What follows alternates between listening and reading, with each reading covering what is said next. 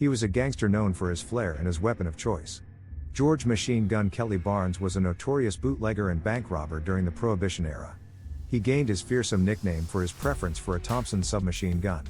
His most famous crime was the kidnapping of a wealthy oil man, for which he was eventually sentenced to life in prison. He was a flamboyant figure whose criminal exploits made him a prominent figure in the crime-ridden 1930s. His story is a classic tale of a gangster's rise and fall. Like and subscribe to learn more about Prohibition-era outlaws.